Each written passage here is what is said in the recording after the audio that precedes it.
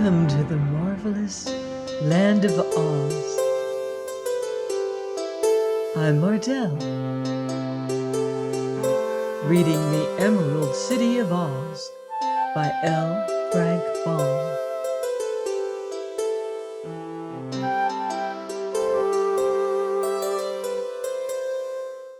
Chapter 12. How They Matched the Fuddles.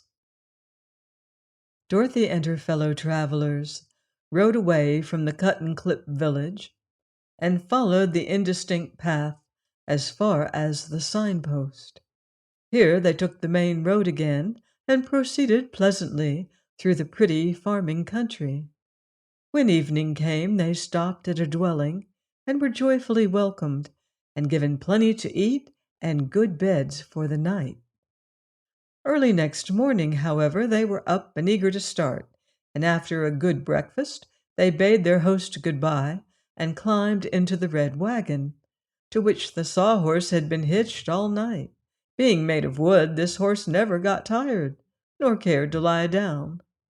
Dorothy was not quite sure whether he ever slept or not, but it was certain that he never did when anybody was around.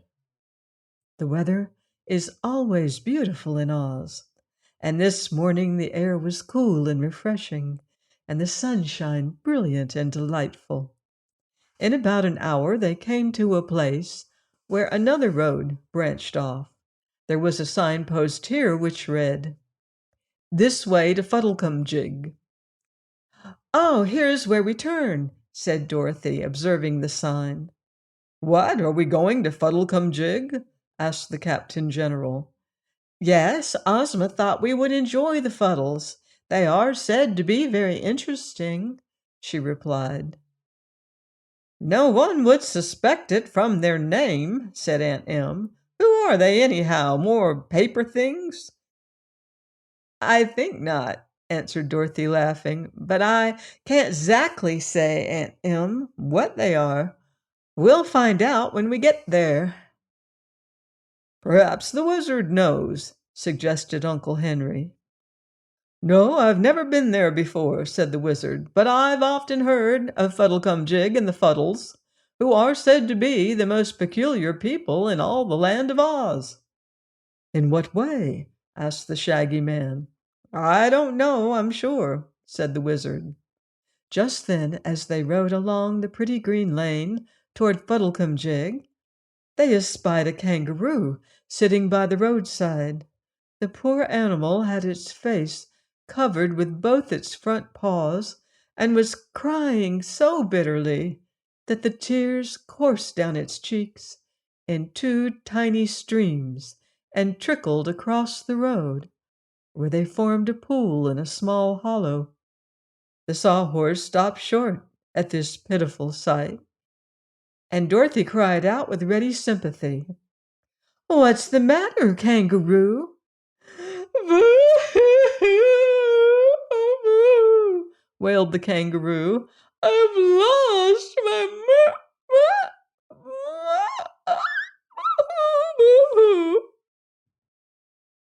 "Poor thing," said the wizard. "She's lost her mister. It's probably her husband, and he's dead." "No, no, sobbed the kangaroo. "It isn't that. I've lost my mitt." "I know," said the Shaggy Man. "She's lost her mirror." "No, it's my oh, boo!" The kangaroo cried harder than ever. "It must be her mince pie," suggested Aunt Em. "Or her milk toast," proposed Uncle Henry. I've lost my mittens," said the kangaroo, getting it out at last. "Oh!" cried the yellow hen with a cackle of relief. "Why didn't you say so before?" "Oh, I couldn't," answered the kangaroo. "But see here," said Dorothy, "you don't need mittens in this warm weather." "Yes, indeed I do," replied the animal, stopping her sobs and removing her paws from her face to look at the little girl reproachfully. My hands will get all sunburned and tanned without my mittens, and I've worn them so long that I'll probably catch cold without them. Nonsense, said Dorothy.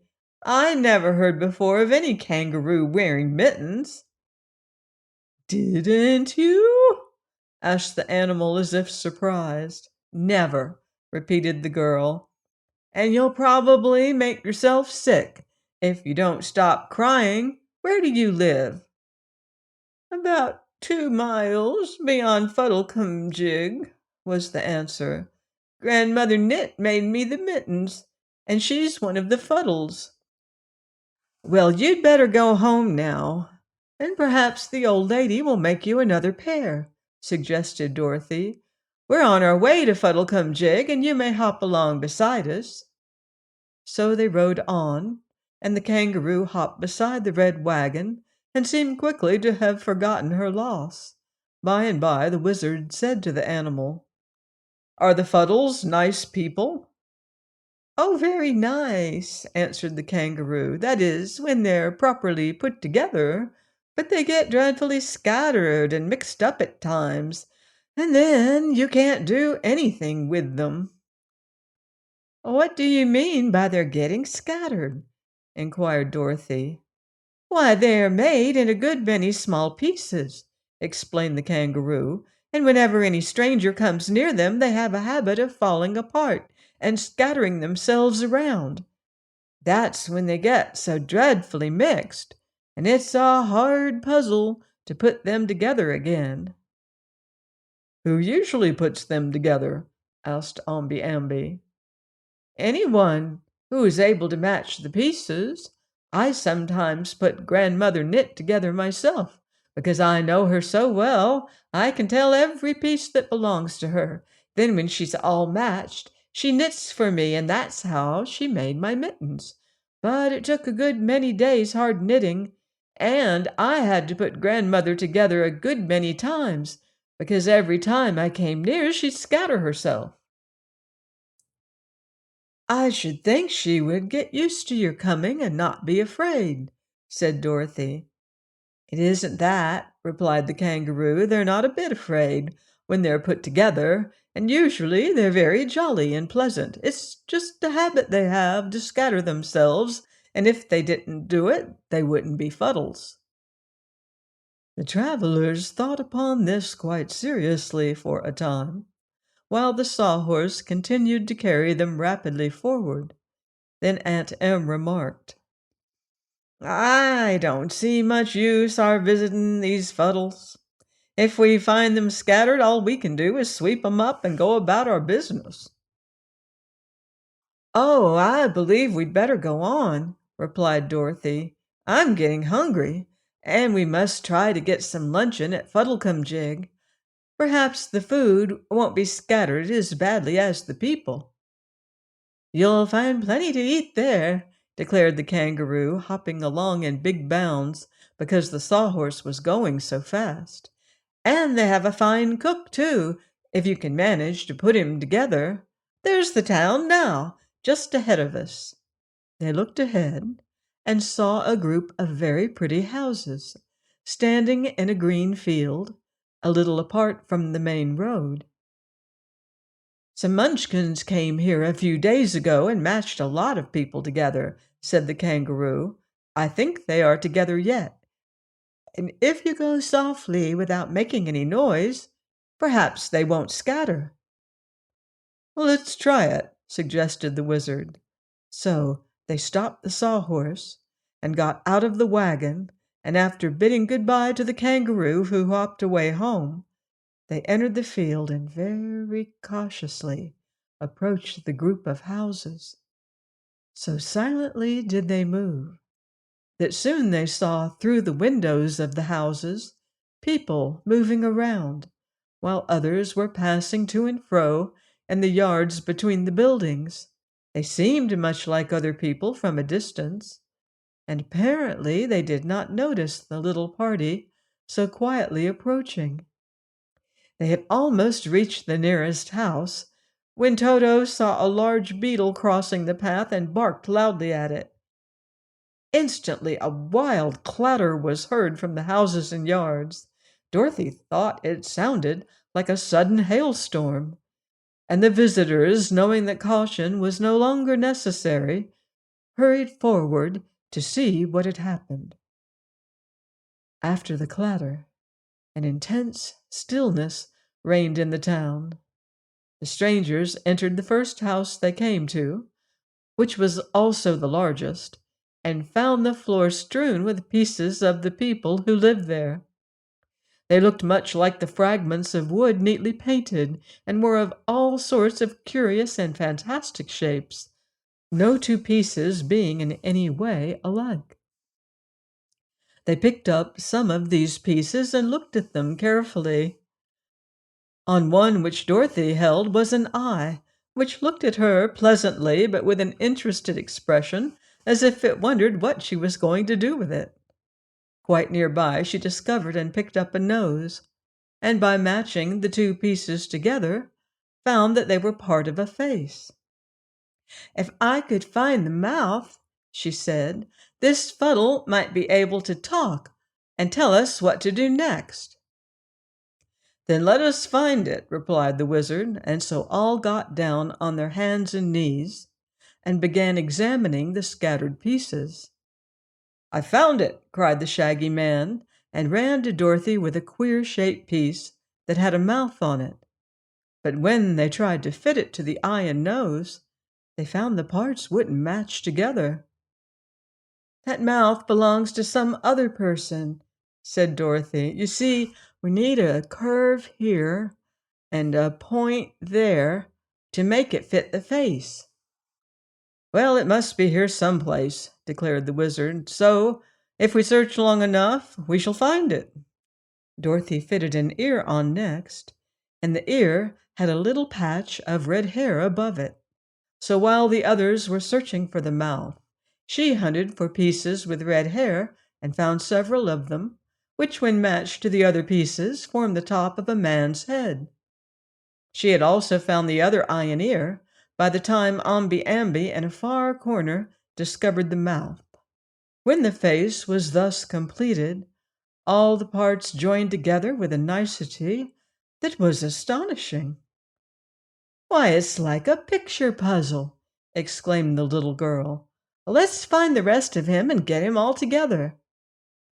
"What's the rest of him like?"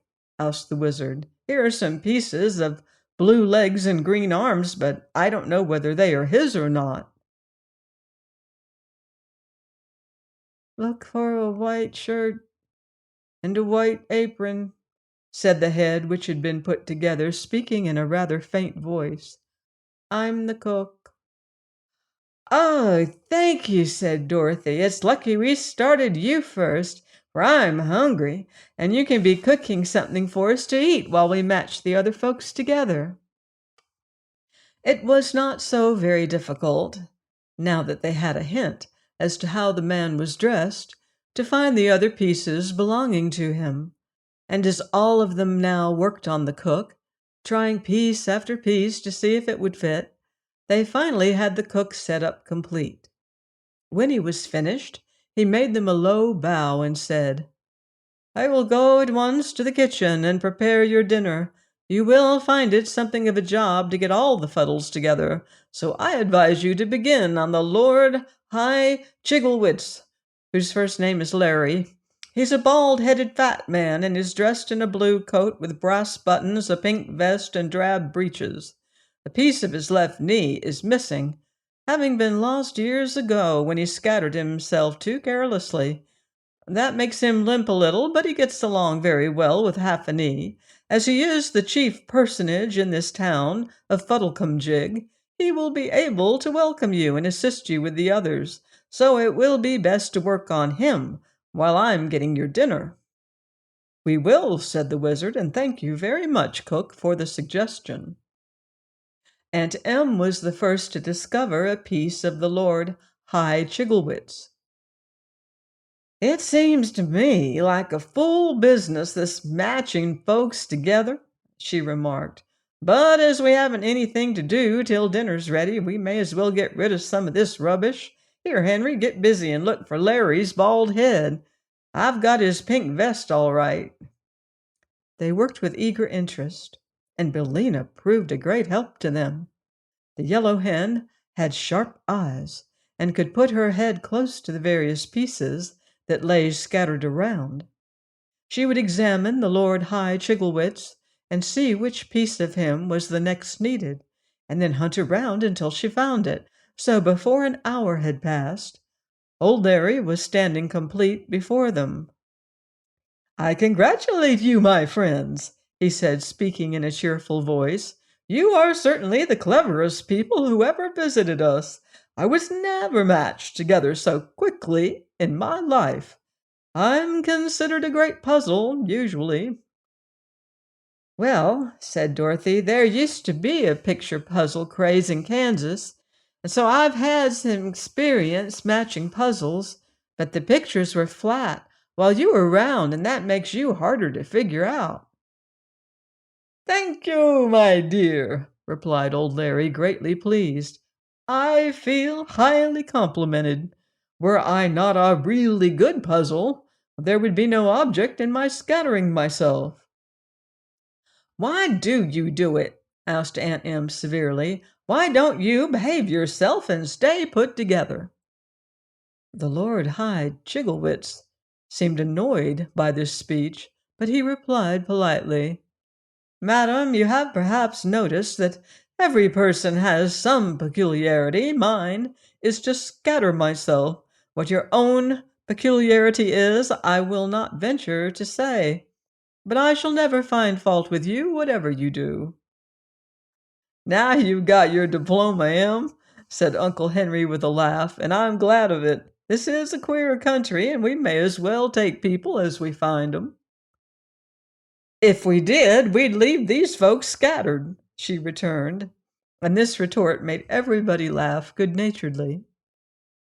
Just then Omby Amby found a hand with a knitting needle in it, and they decided to put Grandmother Knit together. She proved an easier puzzle than old Larry, and when she was completed, they found her a pleasant old lady who welcomed them cordially. Dorothy told her how the kangaroo had lost her mittens, and Grandmother Knit promised to set to work at once and make the poor animal another pair. Then the cook came to call them to dinner, and they found an inviting meal prepared for them. The Lord High Chigglewitz sat at the head of the table, and Grandmother Knit at the foot, and the guests had a merry time and thoroughly enjoyed themselves. After dinner they went out into the yard and matched several other people together, and this work was so interesting that they might have spent the entire day at Fuddlecumjig, had not the wizard suggested that they resume their journey. "But I don't like to leave all these poor people scattered," said Dorothy, undecided what to do. "Oh, don't mind us, my dear," returned old Larry. "Every day or so some of the Gillikins or Munchkins or Winkies come here to amuse themselves by matching us together, so there will be no harm in leaving these pieces where they are for a time. But I hope you will visit us again, and if you do, you will always be welcome, I assure you." "Don't you ever match each other?" she inquired. "Never, for we are no puzzles to ourselves, and so there wouldn't be any fun in it." They now said good-bye to the queer Fuddles and got into their wagon to continue their journey. "Those are certainly strange people," remarked Aunt Em thoughtfully as they drove away from Fuddlecumjig. "But I really can't see what use they are at all." "Why, they amused us all for several hours," replied the wizard. "That is, being of use to us, I'm sure." "I think they're more fun than playing solitaire or mumbledy-peg," declared Uncle Henry soberly. "For my part, I'm glad we visited the Fuddles." Please join me next time for more magical adventure here on the marvelous land of Oz. Goodbye for now. See you in Oz.